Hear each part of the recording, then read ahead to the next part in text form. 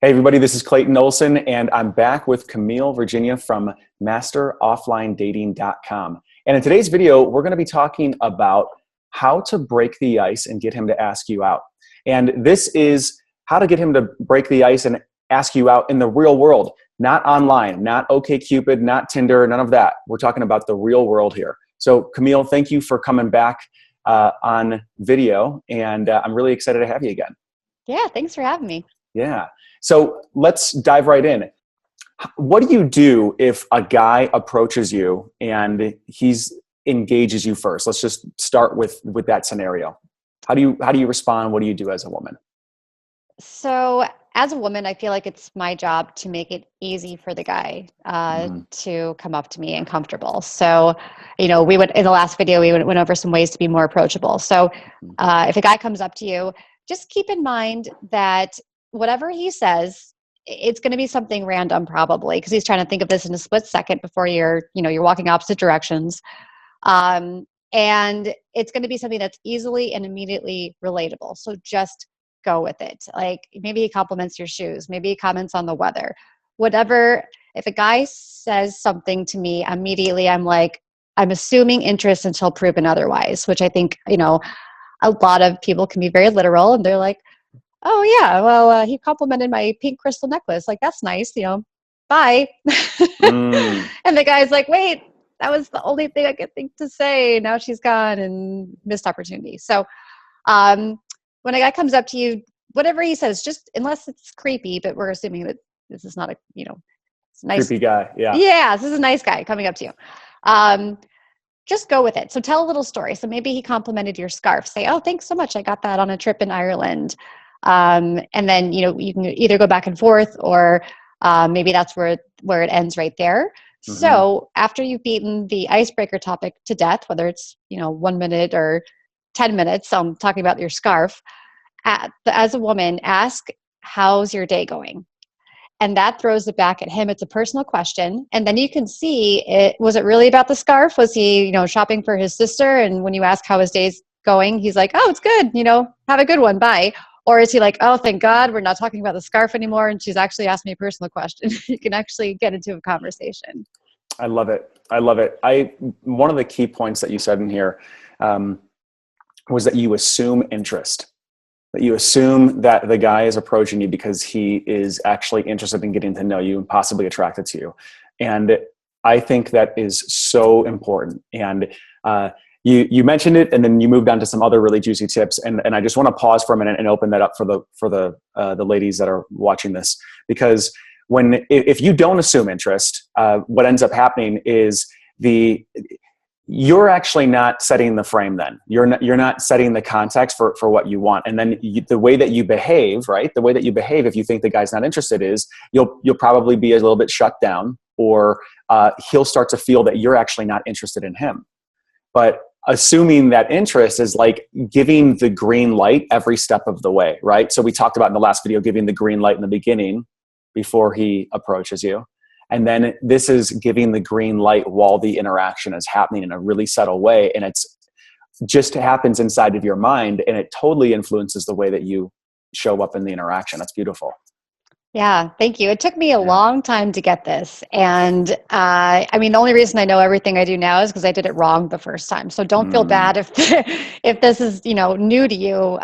It's easy things you can start to implement. But I also do wing woman sessions with my private clients. And it's amazing how, I'll watch, obviously they're working with me because they want help in this area, but I'll watch them miss certain things from men when we're out and about together, and help them bring attention to that. But I've almost forgotten how not to assume interest. And so just as a rule, assuming interest until proven otherwise will keep you in that, I love what you said, frame of mind, and set that frame for a romantic encounter, potential romantic encounter.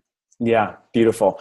And also, we can't forget the idea of just what you said, asking the question to throw it back in his court. And not just, and actually being engaged and co-creating the conversation, rather than allowing him to carry the burden of the conversation on his shoulders the entire time, because that's just a recipe for awkwardness, right? But being able to have some questions loaded up that you ask him to keep him engaged and get him perhaps talking a little bit about himself, and then having the opportunity for him to ask you questions back. That's wonderful. And very natural and authentic and easy to do. And then people can answer with as much context as they want or as little context as they want. Yeah. Yeah. Wonderful. Wonderful. So let's say that you see somebody that you want to approach now. And as the woman, how would you break the ice with a guy? So, several different ways that I've found are again very natural, but also comfortable and get the job done. So, one is to just give a compliment. How many times do we see someone and think in our head, "Oh, wow, I love that guy's shoes or watch or woman's dress or something," and we just think it to ourselves. We don't say it out loud. I challenge you to say it out loud without hesitation. The longer you hesitate, the harder and more awkward it's gonna be to say it. So if you see that with a guy, just go for it. Or if you're not comfortable with that, start with maybe men you're not attracted to or other women and get comfortable talking to strangers and then work your way up to men you're attracted to. No one's ever going to get mad at you for saying a compliment. They're not going to be like, "Who are you, creepy person, talking to me?" Like I've done this thousands of times and that has never happened. So, or think that you're needy or desperate because you complimented them. Exactly. Yeah. If anything, it shows confidence to go up to a stranger and say that. So whatever worst case scenarios in your head, think about it and think if it's really going to happen, because it's not. Another thing, and this is just my style because I have kind of a sarcastic sense of humor, but I will just kind of say something out loud half to myself. So an example of this, I live in Chicago. I was taking the L really early one morning and everyone got on at this stop and it's like 7 a.m. No one's had their coffee. We're all looking like zombies. And the train driver pulled up to the next stop. He's like, "Have a great day, everyone. Triumphant Tuesday." And we all like look around. It just shook us out of our state. And we look around and I call that a shared moment. And so I think I said something like, "Someone's had their coffee." And the guy next to me actually was like, "Yeah, I take the train every morning. This guy's great." And we started talking. So, it could just be a little short quip to yourself. Ninja. Yeah. Yeah. It's fun. It shows off my personality, and if someone wants to talk to you, that is the perfect icebreaker for them to then follow up with that. I love that. What I hear that's happening here, the essence of it is you're being comfortable putting yourself out there in ways that aren't necessarily direct, right? You're not actually just coming up and saying, "Hey, I want to talk to you. What's your name?" Right? You're actually putting yourself out there in ways that are giving compliments or just even saying something out loud about something that's happening is another form of putting yourself out there. And it's giving a man, I'm imagining being a guy in the subway and hearing that. And it's like, "Oh, wow, this is a perfect opportunity to say something to you," right? Because the ice has already been broken and now I can swim on over and say what's up. Yeah. Oh, good analogy. Yeah.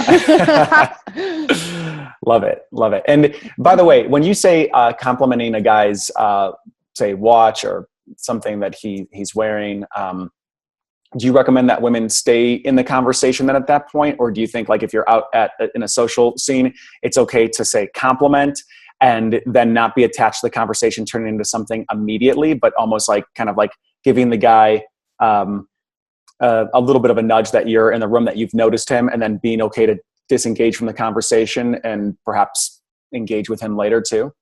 Absolutely. Yeah. I would say, it's already a little scary for people to talk to strangers and or to talk to someone they're attracted to. So to break the ice and then put the pressure on yourself to keep it going can be a little rough. But, actually another tip that I have to break the ice is what I call, and this relates directly to what we're talking about, but it's called the high and ignore. And this sounds a little weird, but it's basically, when you and a guy are looking at each other and you see each other, there's a little flirtation going on and no one knows what to do next. You're just kind of like, what do I go over there? I don't know what's going on. And so just saying that one word of hi and smiling, and then not running away, not staring him down, but just saying that one word and then just kind of giving him space to come to you, which is what I would recommend after the giving a compliment too, can be so powerful because you broke the ice. you made it safe and comfortable for him, in one word, to realize you're a nice person, you're open to talking, and that you see him. And then give him a second to realize what just happened, because this doesn't happen a lot, and then let him gather his thoughts and come over to you. Wonderful. Wonderful. Yeah, that would work on me. Yeah, that would work. That it's wild to just, it's almost like the perfect storm. Sometimes as a guy, I feel like these things just happen by accident. And to hear how you're talking about them being orchestrated in a way of like actually orchestrating these moments where it seems like it's just happening so naturally. I love the intention behind it. And it's great. I love that you're pulling back the curtain and showing the mechanics of how this stuff can unfold with the woman putting a little bit of effort in, but not actually emasculating the man by trying to take the lead too much and strong arm the interaction, it's beautiful. Thank you. Yeah. And say you're talking with a guy now and you guys are in conversation. How do you take it to that next level? How would you get him to either ask you out or get your number from there? So with this, again, just keeping it very natural. And I love how you just described, kind of authentically orchestrating these things, because, leaving something to chance, it's hard. You don't want to walk away from that you want to walk away from that interaction knowing that you did everything you could in still keeping your authenticity. So with this one, say you're chatting about the icebreaker, asking how your day is going, telling little stories, to get it steering towards the ask out or the phone number ask. What I recommend is start talking about like common interests or hobbies or things that like plans for the weekend. So it's good because it will get you thinking of activities that can actually then easily become a date. So I'll give you an example. I was at a party a few years ago and I was talking to this guy. There was interest, and somehow the topic of barbecue came up, and he said, "Oh, there's this place on the south side of Chicago with supposed to be amazing barbecue. I've never been." And I said, "I love barbecue." That's good. I just let it sit there, and he's like, "We should go sometime." And he thought it was his idea, which, was fantastic. And it was just so authentic and natural. And he ended up becoming a boyfriend for a while. So, wow. Yeah. Wow. So it's making it so easy and natural. Again, the green light, right? The green light every step of the way without telling him what to do. Completely green light. It's almost like Inception. That's what it reminds me of. It's like you're just putting ideas in his head through this indirect way of just expressing yourself.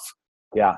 Yeah. Wonderful. And it's just naturally steering the conversation. It's stuff that if they came up without you thinking about it would better lead to a phone number ask out. But here you're just conscious of it and inserting it intentionally.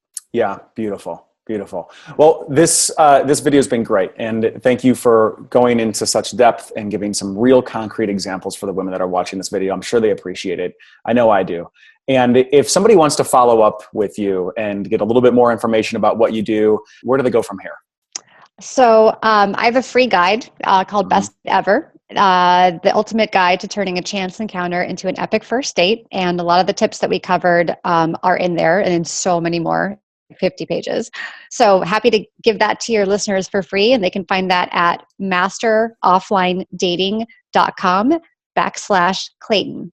Beautiful. Beautiful. Well, Camille, thank you for coming onto the show again. And the link that you just said is in the description right below this video. So ladies, please click on that and check out her best date ever guide.